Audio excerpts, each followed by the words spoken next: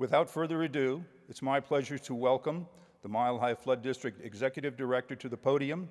Please help me welcome Laura Kroeger to present How's the Water. Laura? Thank you. Appreciate it. Good morning. So nice to be here today with all of you. We do have some distinguished guests that I do want to recognize that are with us. In addition to Mayor Starker, the chair of our board, we also have the Mayor Pro Tem for the city of Boulder, Nicole Spear, so thank you for being here. Mike Anderson, who is also a board member, is joining us. He was a retiree from the city of Denver. Thank you, Mike. And then it's always such a pleasure to have previous honorees that worked at the district. I kind of think of them as our godfathers, right? So Scott Tucker and Benner Bonus are also here this morning. Thank you. And one more, Dave Sellards, who I have a personal relationship because he hired me and got me into this industry and then toured me for many years and served also on our board of directors. So thank you, Dave Sellards, for being here. So I get the privilege of kicking this thing off, and so I want to start with this question of, how's the water? And this is a question we ask ourselves a lot when we're at the lake at my parents' house. It's in upstate New York. And no one wants to jump in right away, so you ask whoever's already in the lake, how's the water? And you get one or two answers. You either get, it's great, come on in, or you get, once you get in, it feels really good. And you gotta be careful of that one because you know that it's really about getting numb, and then it starts feeling better. But I think that when you answer that question, you see a lot of optimism, right? You're gonna have a good time once you get in, no matter what. But I've also been asking this question, how's the water, to all of you, in the form of, how's it going? What's happening in the industry? And I feel like we have a little bit more turbulent times. It's not this happy, come on in the lake. We're a little concerned with what's happening in the world, right? There's a lot of instability. We have an election coming up with our presidents, and you would hope that would unite us as a country, but we're finding it in more division every day. We talk about natural disasters. I read something in 2022, we had over $18 billion events, natural disasters, across the country. 14 of those related to water. So it's really hitting us hard about how much importance it is in our industry to perform at our best. But yet we're kind of feeling a little discouraged. And I had lunch with a really good friend, and we kind of were sitting in this kind of negative place, which none of us really like to be in. And it occurred to me that we used to have this saying at the house I grew up in, and it was the Serenity Prayer. And are you guys familiar with the Serenity Prayer? Yeah. And that's what I think about when I was younger that gave me a little bit of hope when things were feeling down, because it helped me let go, right, of things that we could not control. And gave me that optimism that there are things that we can control and have the courage to go about doing it. And then what's the wisdom in knowing the difference between the two? So when I was thinking about this for our industry, what I wanted to share with you today is that I think there's a lot of beauty in serenity, right? If we can find that, because that means calm and peace. But I really like about it, it means also the absence of anxiety. And how many people are feeling anxious and anxiety, right? And how can we get ourselves past that so we can move on to the courage part?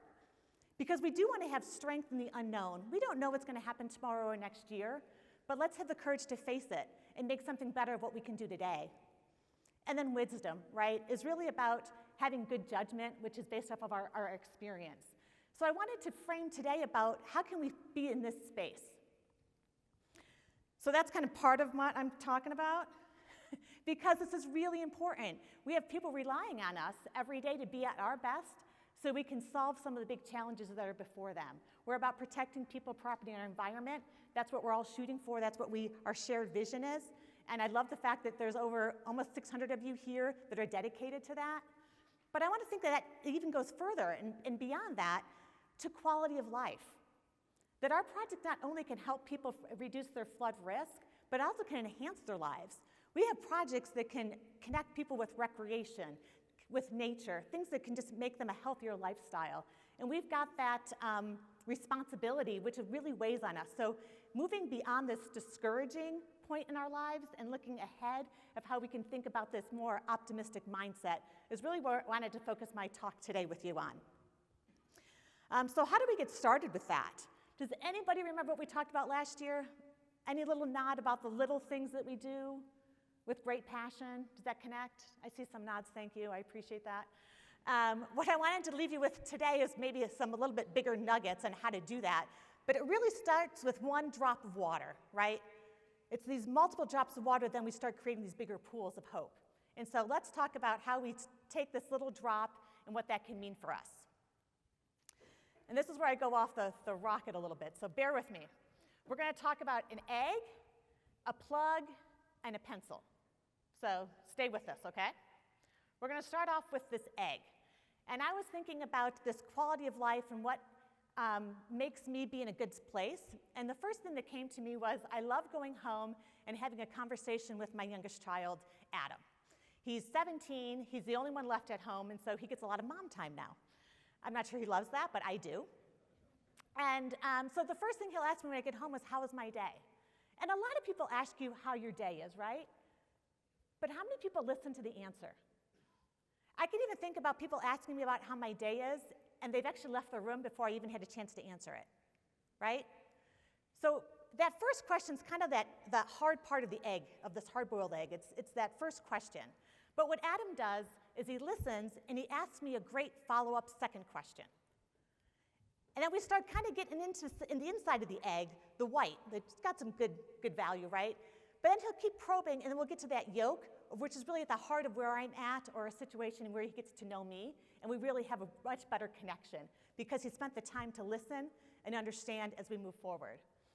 So an example of this the other day is that he was actually asked me about how this presentation was going. I said, oh, I think it's not too bad. I tend to be last minute until I get ideas. So the fact that I had an idea a week ago was pretty important and significant to me. So I was sharing what this idea was and about the Serenity Prayer. And he was kind of going with, like, that's pretty good, Mom. But he's like, well, what is it, the message that you want people to walk away with? I'm like, oh, that's a good question. What I want, and I was like, have you talked to Holly? Because she asked me this too. I want you all to walk away with some optimism. The idea that there's something that we can do to make the world a better place. We all have this opportunity every day, and we're blessed to work in this profession and have that opportunity. And let's take hold of it. So he's like, okay, well, tell me about this whole, the Serenity Prayer. He's like, that fits. And then I told him about this egg and peeling the egg. And then about this pencil and the plug, and he's like, I don't know, Mom. I'm thinking, freaking, you're 17, you don't know anything, right? So I discouraged that. So keep going with me. But the whole point of it is, like, how do we keep peeling this egg so we can get to that yolk? And where I saw that is that, it's about the listening and the second question. And I was thinking about a project where this really applied to, and this was years ago, when we were doing a project on Piney Creek in SEMSWA's, the Southeast Metro Stormwater Authority. It's so easy to say SEMSWA. And the master plan had just finished, and they talked about needing a sedimentation pond or facility basin near Tower Road. And so, of course, we asked the first question of, well, have we looked upstream? Instead of putting all this cost into this basin that's got to be maintained, why aren't we doing a project upstream to fix the sedimentation coming down? And so the answer was, well, that's all on private property. We don't have an easement through there. I was like, oh. But then we asked a better question. Well, did anybody actually ask the people that own the property if they would give an easement or want a project? And I'm really grateful for Molly Trujillo. Are you here? Because she took that on like a champ. And we ended up being able to do that better project because we asked those deeper questions to really find out what was really the solution that we needed versus just managing the symptom. So that's something we can do every day, right? Ask those better questions, listen to answers so we can really get at that nutrient, that oak of our situations. Okay, so that's peeling the egg. Now the plug. I like to go to spin class most mornings at 6 a.m. And besides the bike, the most important piece of equipment in that room is these beautiful industrial-sized fans that come on. And if you spin, you know what I'm talking about. And each instructor kind of has their own way of turning on the fan. Some will put it on right away, some, a song or two in. It was a Tuesday last week, and Patsy's the instructor, and she always turns the fans on the third song, which is kind of a little far in. I'm starting to work up a little bit of sweat. So the third song comes on, she pushes the button, and no fan. Like, oh, crap. And she pushes it again, and no fan. And then she did the most disheartening thing to me, is she just let it go. So we finished the song with no fan. I'm thinking, oh geez, this is gonna be a really long class. I mean, I'd be on the floor soon, just like in a pool of sweat. But the fourth song came on, and she's like, spin at whatever, level 8 and do something. And she gets off the bike, goes to check the plug, which was plugged in, but then she wiggles it. And miraculously, these fans come on. And you can just feel the whole energy in the room just lift up. Because what she did for us, right, was show that she cared to do with an extra effort to figure out what the problem was. And so we've actually made an award of this at the district, and we just rebranded it. It's called the Mile High 5. You get it? And you get a $5 bill now. We just decided that. Lindsay Franklin was the recipient of this award because she went above and beyond her normal job. She is the one who greets you all when you come into the office. She manages our upfront, but she's also a notary. Jen Winters needed 16 easements, construction easements, to get a project moving forward. And Jen's smart enough to know that getting those from everybody in a timely manner was going to be a challenge. And so she thought if we went door to door and had a notary with us, that we could get those done in a more reasonable fashion. So Lindsay, who usually works a standard work week, is now out twice a week for several weeks, going door to door to get this to happen for us. So it's, again, going above and beyond. There's something that we can always do to show that extra effort because we care. So look for opportunities to really shake that plug and make sure there's something that you can't be doing that would show care and effort for other people. You getting this theme for me? We liking it? Because I need to report back to Adam tonight if this is a big failure or not. Okay, the last one's the pencil. And this is on me because there's nothing that happens in my life for the most part if it doesn't fit in my calendar. I have lots of really fabulous ideas, I think, but nothing can really happen with those ideas until you really put intention behind it and you mark it on your calendar. And so I just want to encourage us that instead of just bypassing and having a conversation, take time to put it on your calendar, and who do you want to meet with that maybe can help you get that idea to move forward? How many more things that can happen? A great example of this is Susan Brown had this idea of how she could use high school student ambassadors to do public outreach and engage more of the community to really hear the voice. And when we talk about wanting to bring equity and inclusivity into our projects, this is a fabulous technique. And she went to that just an idea to intention, putting it on a calendar and getting people together. Made all the difference in the world. What also happened is that then other people started putting things on the calendar. And this last group of ambassadors, I said that I'd be happy to look at their content as they were going to put up their website. I got volumes, literally volumes. Thank you, Charlie Perez is here. He's also been with the GLOW Ambassadors.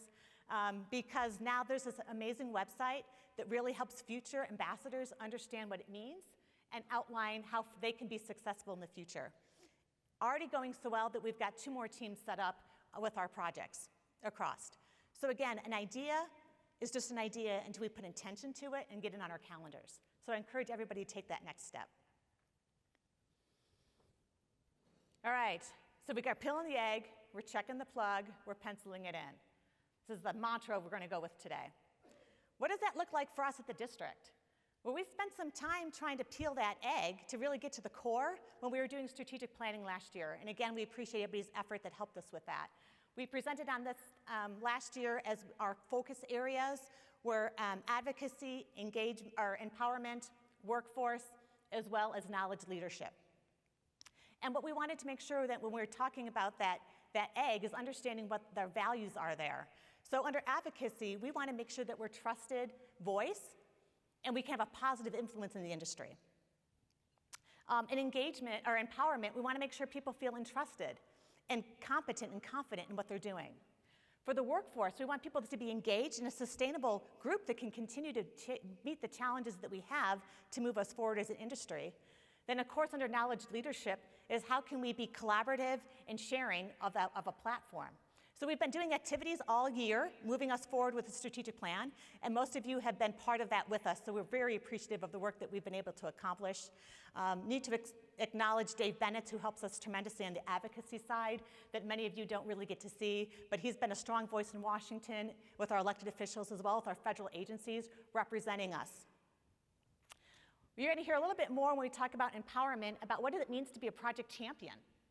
And we're going to cover that today, as well as how do we celebrate the projects that we've completed And when we celebrate, we also want to acknowledge some of the things that we've learned, and so you're going to hear about that this afternoon.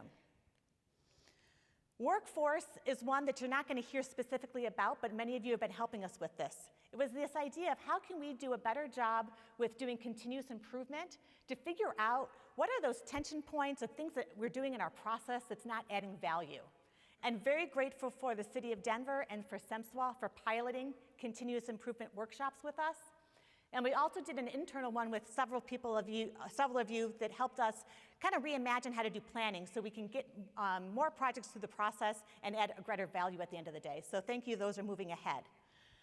We're also about diversity, equity, inclusion, how important it is that we have an inclusive work environment, but we also want some diversity in it. And I came across a picture that was put on my desk that showed what we looked like in 1969.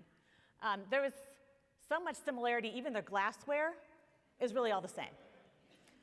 And so we wanted to have a little bit of fun with that, and so we wanted to see what we look like today. And I noticed our glassware was different. But we were just acknowledging the importance of International Women's Day. So we did a post, and thank you all for looking at that. But you can't get great pictures without a couple bloopers. This was thanks to Louie's tail right in my face as the picture was being taken. So that was fun. Now we're talking about knowledge leadership, which is really the heart of where we're all at today. And you're going to hear some great content around our platform for Confluence, our collaboration platform, some new technologies, rain-on mesh, some new advancements we're making with the flood warning system. So you got a great afternoon for knowledge sharing. So that's kind of where we're all at of like, how do we put this into practice, these little raindrops? And as these little raindrops grow, how much better we can become. And I want to make sure that you all know that when you pencil in your meetings to do this cracking the egg and peeling it away, do it at our new office.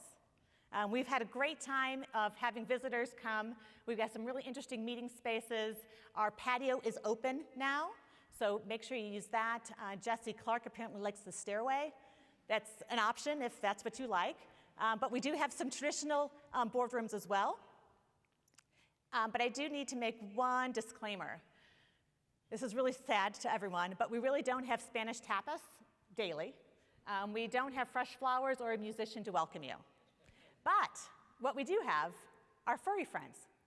So Lucy is on the right and Lottie is on the left. So there's some of our friends that are in our office quite a bit. What joy does it really have to have a dog in the office? So we're loving that part. So in conclusion, just want to make sure that we get some nuggets to go away with, right? That we're taking the next steps together. So make sure we're peeling that egg, that we're listening and asking second and third and fourth questions to get to that yolk, that real center that gives us some information. How do we check that plug? So we can make sure that we're showing that we're caring about people, we're serving them, and we're going to put that extra effort in to do it better. Pencil it in. Let's move our ideas from just being intentional to making it intentional and putting it on our calendars. And when we do that, that little raindrop, right, expands, and we got lots of raindrops and more movement. And that's where we end up really with that sea of possibilities and hope, which is where we want to be every day so we can better serve the public. So I'm going to leave you with what my hope for you is that you have the serenity to accept the things you cannot change, the courage to change the things you can, and the wisdom to know the difference. Thank you.